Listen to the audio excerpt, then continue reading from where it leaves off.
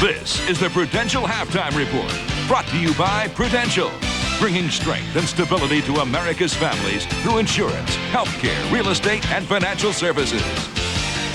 It's halftime at Madison Square Garden with the Knicks leading the Bulls 46-43. Michael Jordan has 17 points.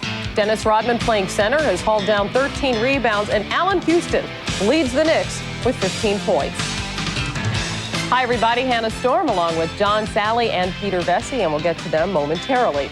We will also run down the NBA scoreboard for you in our next segment. A lot of games today. But first, the Nets rookie Keith Van Horn, one of the best young players in the league.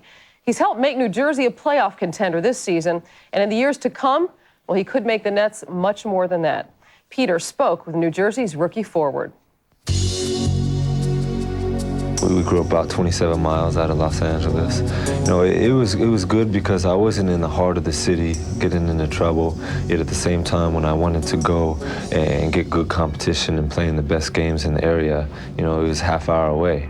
I remember one time we were playing in a league in Fremont High School, which is in, you know, the heart of Los Angeles, and I was the only white person in the whole entire league. And you know, every time I walked in the gym, people were like, oh, you know, their eyes lit up.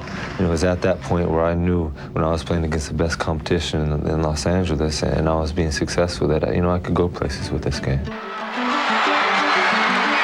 Horn, will he get it? He did it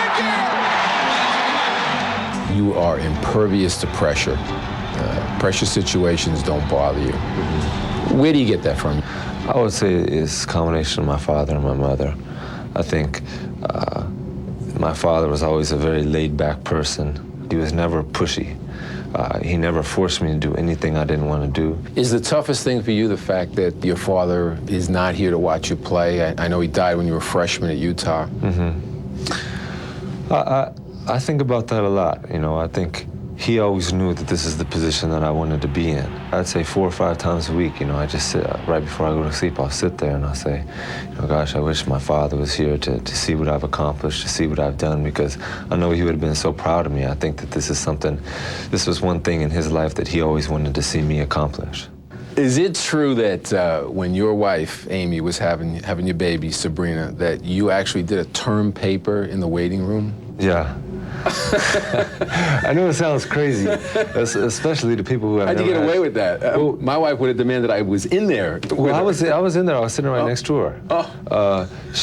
They have this epidural shot, which I guess numbs everything. Right. And, you know, it's a pretty heavy drug, so she was sedated and she was almost asleep for about 2 hours of the labor. You know, so I was just sitting there, you know, and I had a term paper to do the next day. It was personal resiliency. Oh, man. I got an A on it.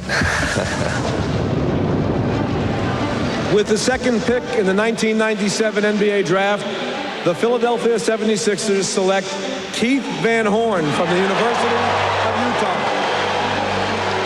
You let them know right off that you really don't want to play for them. And what that came off to me was just another spoiled brat trying to dictate terms. So why did you do that? Well, it wasn't really the case that I said, I don't want to play for you. I talked to Coach Brown on the phone and I said, as with any person interviewing for a job, I think you should express your concerns to a future employer, you know, but I felt that I just asked him if there was a way that we could work it out so that we'd both be put in better situations. You wanted to play for New Jersey, and that was like, we had never heard that before. Not in many years have we heard that somebody wanted to come to the Nets. Did you know anything about the franchise? I didn't know the history of it until I got here. All I knew is what we have now. I saw our roster. You know, I met with the coaching staff. I think that Coach Calipari is very enthusiastic, extremely enthusiastic sometimes. Did you know where New Jersey was? Yeah. I knew it was next to New York. Where on the map it said, I really didn't know up or down. I'm not sure. It took me a few days. I went back home, I looked on a map and figured out where it was. Keith, you despise the comparison to Larry Bird. But as far as I'm concerned, I mean, you should be honored. I mean, it could be a lot worse. You could be compared to Jim Spinarkle or Michael Corrin, your TV and radio guys. I mean, you're being compared to one of the great players of all time. Well, I am honored that I am compared to him, but at the same time, I think it's unfair for for someone as great as Larry Bird to be compared to someone who hasn't done anything in this league yet. What irks you more, the possibility, the expectations that people will have of you, that maybe you'll have to live up to Bird, you'll have to win championships, or the fact that some people look at you as representing the white population? It's hard as an incoming player in this league, as a white player, to have people place that on you. I think, we're in a situation today in America where I don't think that needs to be an issue. Whether a player is white or black, why not just let the player go out and play, establish himself, and not worry about what color he is? Because I think color is really insignificant in this game. Earlier this season, when the Detroit Pistons played the New Jersey Nets, Pistons center Brian Williams called Keith Van Horn the Great White Hope. Williams was upset at what he deems as preferential treatment by the referees towards Van Horn. And he will continue to hear things like this. Van Horn will continue to have to deal with this race issue. I take exception to that term because it's such a warped expression. I think they should be accentuating the right word. The right word here is not white, it's hope, because that's what Van Horn brings to this franchise for the first time in my memory, Hannah. And that's why Sam Cassell didn't want to be traded. That's why Kendall Gill was ready to retire rather than to go to the Raptors. That's why Jason Williams made friends with John Calipari. They all want to play with Van Horn. And here Van Horn missed the first 17 games of the season because of injury, but he's had a huge impact. Clearly the second best rookie in the league to the Spurs' Tim Duncan. How has he made such a big impact? I think him being a tough kid. Van Horn is very tough. You can see from the hit that Keith Askin put on him from the Miami Heat a week ago, just got up, shot his foul shots, and just kept on playing. And being a rookie is going to be hard enough anyway. It's going to be the worst year of his life. Then everything gets easy. Well, you're right. He's hit the proverbial rookie wall, Van Horn has. And not coincidentally, the Nets have also struggled. But Tuesday, we'll see Van Horn and Duncan go head-to-head when the Nets play at San Antonio. When we return, we'll check in on both those young gentlemen today and run through the NBA scores on a very busy Sunday. First, a message from Prudential and a word from the NBA. It never would have occurred to me to use an insurance agent to plan my future retirement. By putting the money in a variable annuity, I know that when I retire, I'm going to be able to draw funds from that on a monthly basis for living expenses. I'm very conscious of what company it is handling my future because it's Prudential, and I know how solid they are. I feel very comfortable and they're very secure. So the detective said the butler didn't do it. It was my book. Let's go, Rick. Where's that page?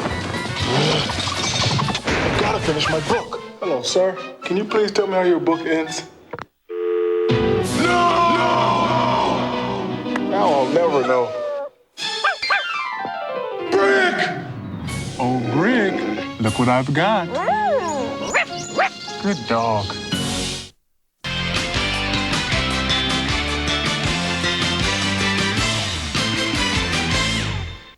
Welcome back. Let's quickly update you on the NBA scoreboard. Detroit visiting the Lakers and Los Angeles winning its third in a row behind Shaquille O'Neal's 32 points and 13 rebounds. The Lakers remain 3.5 games behind Seattle in the Pacific. Seattle a winner in overtime at Minnesota, 99-98. Vin Baker leading the Sonics with 27 points. It was San Antonio over Portland, 82-78. Tim Duncan, 25 points and 13 rebounds, leads the NBA with 41 double-doubles.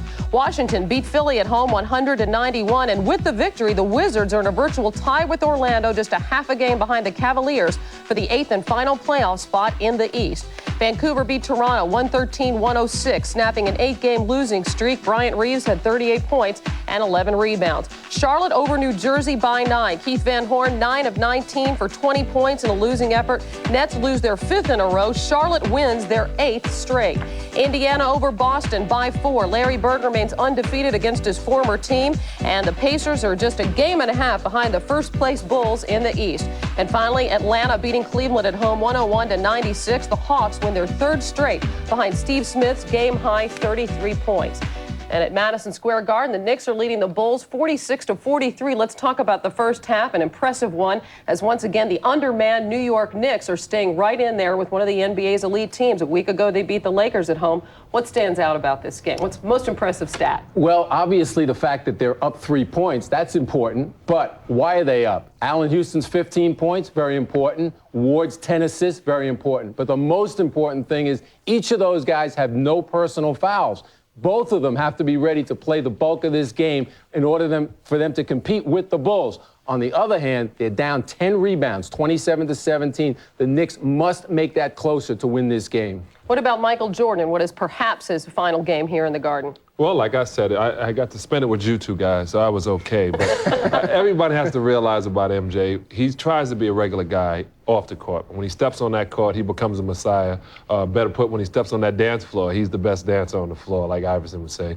And he got the new shoes on, he got the dancing shoes on, he only has 15. Maybe in the second half, he'll put on the new shoes and get another 30 and give us a great show. Yes, he started off with the old shoes, 8 of 19, 17 points. Still not bad. One other NBA note, last night in Phoenix, there was an altercation between the Suns' Antonio McDyess and Houston's Akeem Olajuwon. Punches were thrown. Both players were ejected. We spoke to the NBA today. There will not be a ruling on possible fines and suspensions until tomorrow, since neither team plays until then. And also a sad note from the world of sports. Longtime Green Bay Packer Ray Nitschke, one of the great middle linebackers in NFL history, died earlier today of an apparent heart attack at his winter home in Florida. He was 61 years old, as fierce a competitor as the NFL has ever seen. Meanwhile, New York over Chicago by 3. We'll send you back to the Garden for the second half after these messages from your local station. This has been the Prudential Halftime Report, brought to you by Prudential, bringing strength and stability to America's families through insurance, healthcare, real estate, and financial services.